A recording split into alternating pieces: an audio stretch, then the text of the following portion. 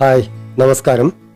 നമ്മുടെ ഹംപി യാത്രയുടെ ഭാഗമായി കഴിഞ്ഞ വീഡിയോയിൽ നമ്മൾ കണ്ടത് വിഠല ക്ഷേത്രവും മാർക്കറ്റ് സമുച്ചയവും മറ്റുമാണ്. നമ്മൾ അവിടുന്ന് അതൊക്കെ കണ്ട് ഇറങ്ങി 10-14-15 കിലോമീറ്റർ ചുറ്റളവിൽ ചിതറിക്കിടക്കുന്ന ഒരു ചരിത്ര പ്രാധാന്യമുള്ള പ്രദേശമാണ് ഹംപി എന്ന് പറഞ്ഞല്ലോ. അപ്പോൾ നമ്മൾ ഇനി അടുത്ത ഒരു വിശാലമായ ഒരു പ്രദേശത്തേക്കാണ് ഇനി നമ്മൾ യാത്ര പോകുന്നത്.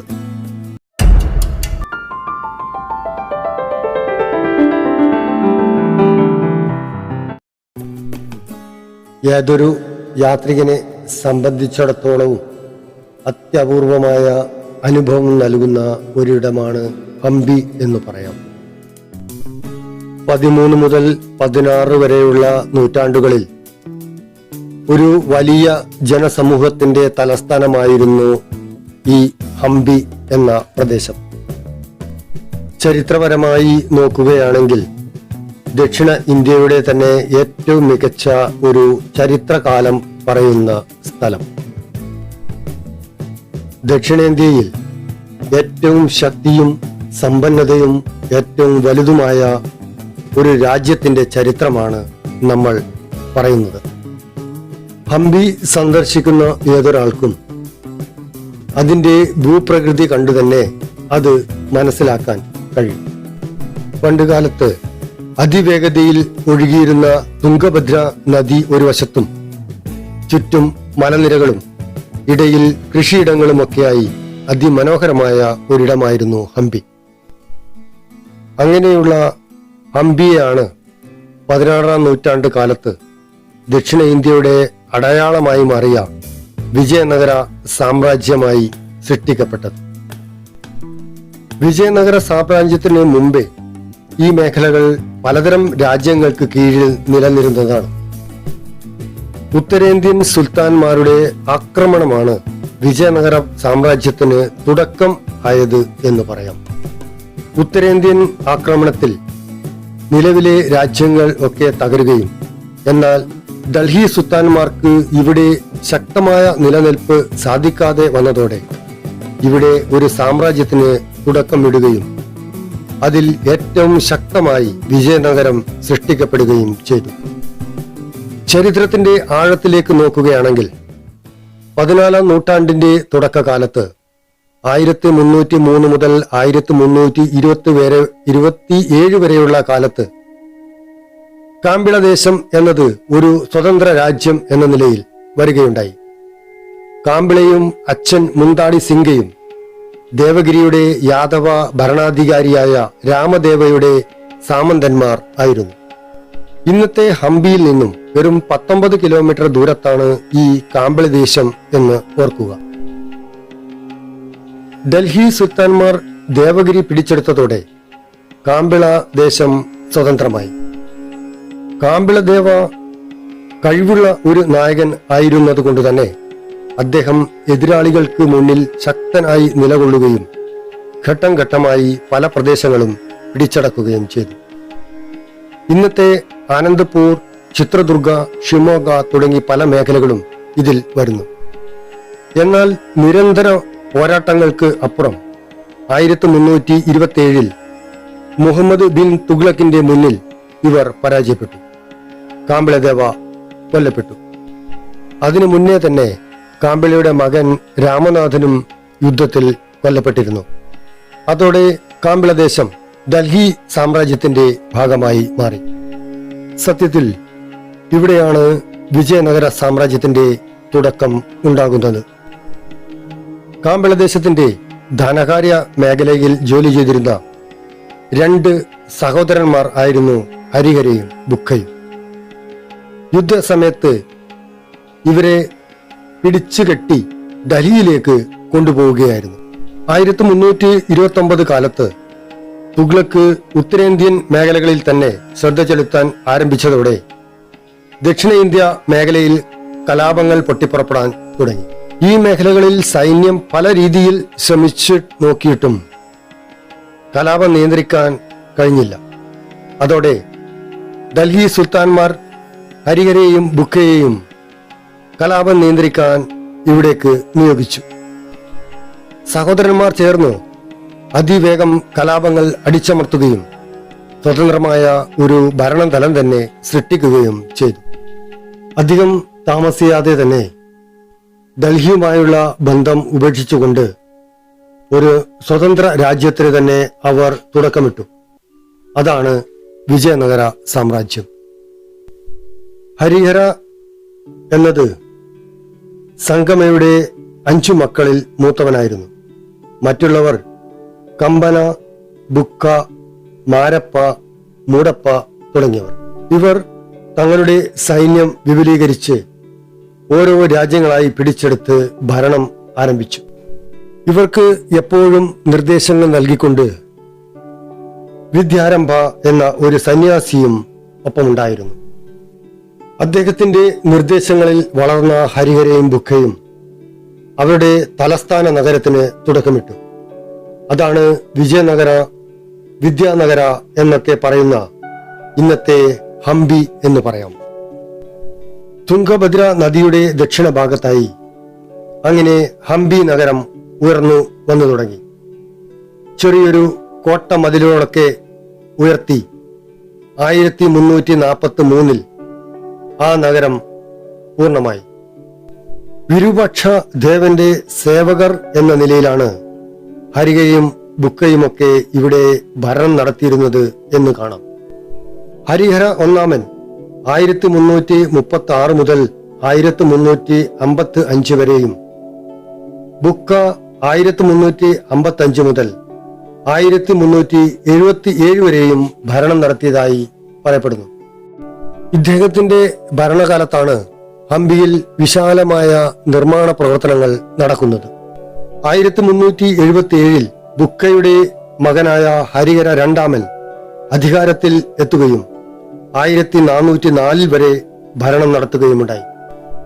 കിലോമീറ്ററുകളോളം നീളമുള്ള അതിശക്തമായ കോട്ടമതിലുകളൊക്കെ നിർമ്മിച്ച് പല പല മേഖലകൾ വെട്ടിപ്പിടിച്ച് ഒരു മഹാസാമ്രാജ്യത്തിന് തുടക്കമിട്ടു. അതിശക്തമായ ഒരു വളർച്ചയാണ് അക്കാലത്ത് വിജയനഗര സാമ്രാജ്യത്തിന് ഉണ്ടായിരുന്നത്. ഹരിഹര രണ്ടാമന് ശേഷം മറ്റ് അതിശക്തനായ ഒരു ഭരണാധികാരിയായിരുന്നു ദേവരായ ഒന്നാമൻ.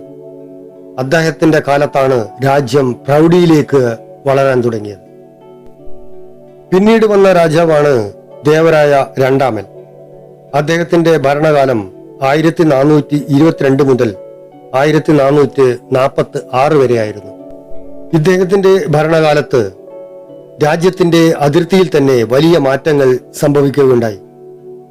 ബാമിനി സുൽത്താനേറ്റുകൾക്കു നേരെ നിരന്തരമായ യുദ്ധങ്ങൾ നടത്തിയ അദ്ദേഹം ഒഡീഷ മേഖലകൾ വരെ കടക്കുകയുണ്ടായി.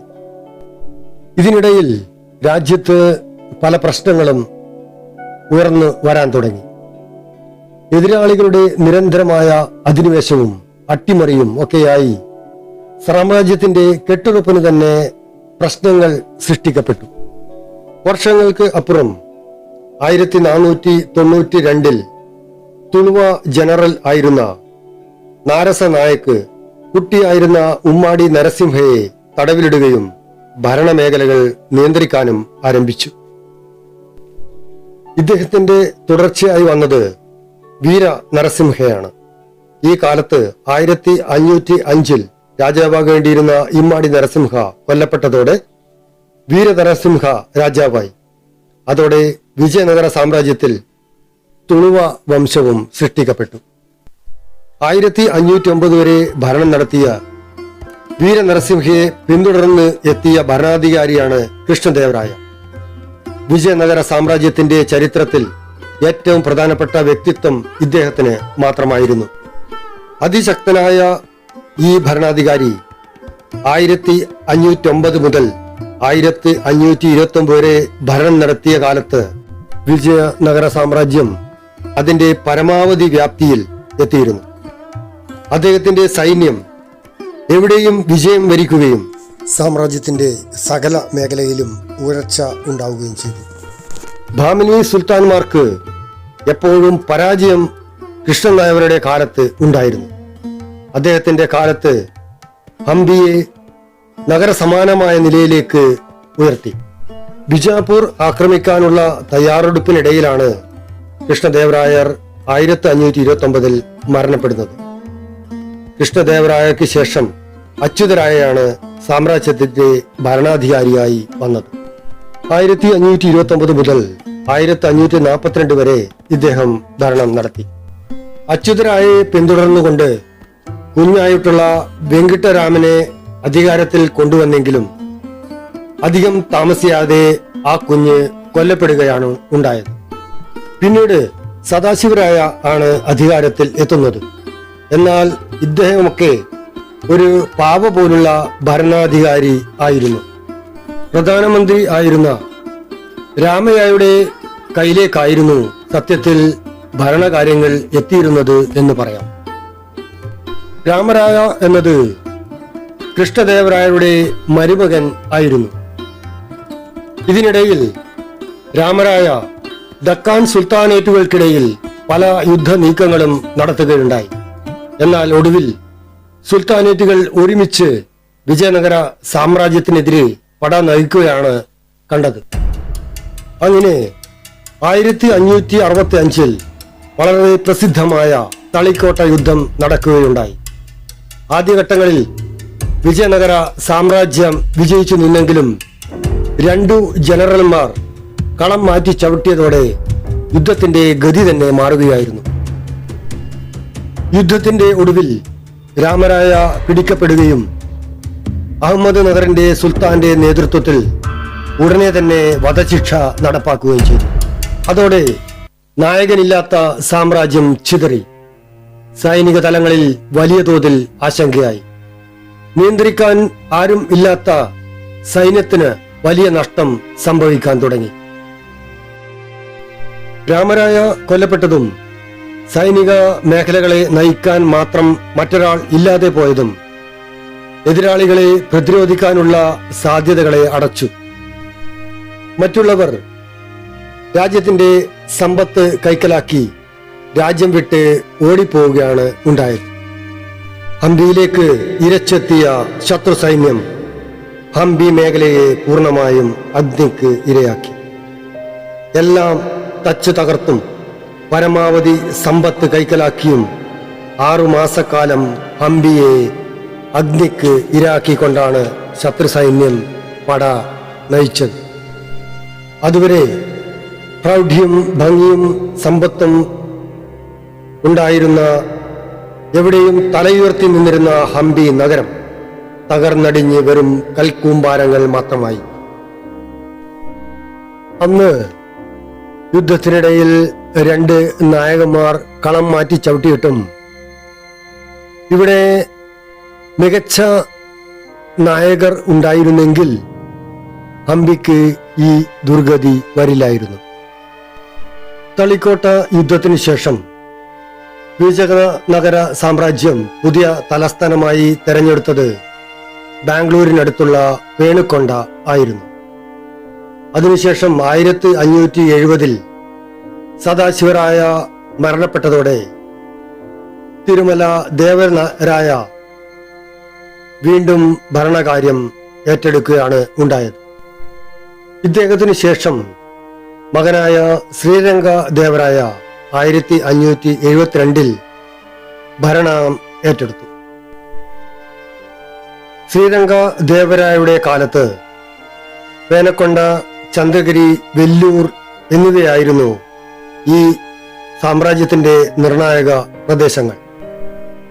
ഇദ്ദേഹത്തിന് ശേഷം സഹോദരനായ ചന്ദ്രഗിരി മേഖലയുടെ ഗവർണർ ആയിട്ടുള്ള വെങ്കിടാപതിയെ അധികാരത്തിൽ എത്തിച്ചു. ഈ സമയം ചന്ദ്രഗിരി ആയിരുന്നു സാമ്രാജ്യത്തിന്റെ തലസ്ഥാനം. ഇദ്ദേഹത്തിന് ശേഷം പല നായകരും സാമ്രാജ്യവും തകർന്നടിഞ്ഞു. യുദ്ധത്തിൽ രാജകുടുംബത്തിലെ ഒട്ടേറെ പേർ കൊല്ലപ്പെടുന്ന അവസ്ഥയുണ്ടായി. അതിൽ 1642 മുതൽ 1649 വരെ ശ്രീരംഗം മൂന്നാമൻ വിജയനഗരത്തിന്റെ തലവനായി നിലകൊണ്ടു. ഇദ്ദേഹമായിരുന്നു സാമ്രാജ്യത്തിന്റെ അവസാനത്തെ ഭരണാധികാരി എന്നുകൂടെ ഓർക്കുക. 1648 ബിജാപൂർ മുന്നേറ്റത്തോടെ ജിഞ്ചി ഉൾപ്പെടെയുള്ള മേഖലകൾ അവർ കീഴടക്കിയതോടെ ശ്രീരംഗൻ മൂന്നാമൻ രാജ്യം ഇല്ലാത്ത ഭരണാധികാരിയായി. ശ്രീരംഗൻ മൂന്നാമന്റെ മരണത്തോടെ നൂറ്റാണ്ടുകൾ നിലനിന്ന വിജയനഗര സാമ്രാജ്യത്തിന്റെ പൂർണ്ണമായ അവസാനം കൂടി സൃഷ്ടിക്കപ്പെട്ടു എന്നു കാണാം. തളിക്കോട്ട യുദ്ധത്തിനു ശേഷം തകർക്കപ്പെട്ട ഹംപി മേഖലകൾ ഈ കാലയളവിൽ പൂർണ്ണമായും നശിക്കുകയായിരുന്നു. യുദ്ധത്തിനപ്പുറം ഈ രാജ്യങ്ങൾ ബിജാപൂർ, ഗോൽക്കൊണ്ട രാജ്യങ്ങൾക്ക് കീഴിൽ വരികയുണ്ടായി. 1689 ഔറംഗസേബിന്റെ കീഴിലേക്കാണ് ഈ രാജ്യങ്ങൾ വന്നുപെട്ടത്. പിന്നീട് 1707 ഹൈദരാബാദ് നിസാന്റെ കൈകളിലേക്കും ഈ മേഖലകൾ എത്തി. അവിടെ നിന്ന് 1780 മൈസൂർ സുൽത്താനായ ഹൈദർ അലിയുടെ നിയന്ത്രണത്തിലേക്ക് വരികയായിരുന്നു. ഈ കാലങ്ങളിൽ ഒക്കെ തന്നെയും പ്രാധാന്യമൊക്കെ നഷ്ടപ്പെട്ട ഈ ഹംപി എന്ന നഗരം സാധാരണ ഒരു ഗ്രാമത്തിന്റെ അവസ്ഥയിലേക്ക് മാറുകയാണ് ഉണ്ടായത്.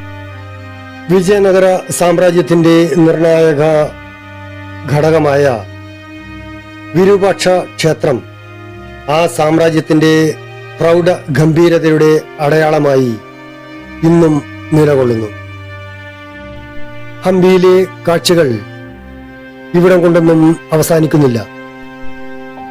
ഇനി വരുന്ന വീഡിയോകളിൽ വളരെ മനോഹരമായ ദൃശ്യങ്ങളാണ് നിങ്ങളെ കാത്തിരിക്കുന്നത്. അതുവരെ എല്ലാവർക്കും നമസ്കാരം. ചാനൽ സബ്സ്ക്രൈബ് ചെയ്യാനും വിലയേറിയ അഭിപ്രായങ്ങളും നിർദ്ദേശങ്ങളും അറിയിക്കാനും മറക്കരുത്.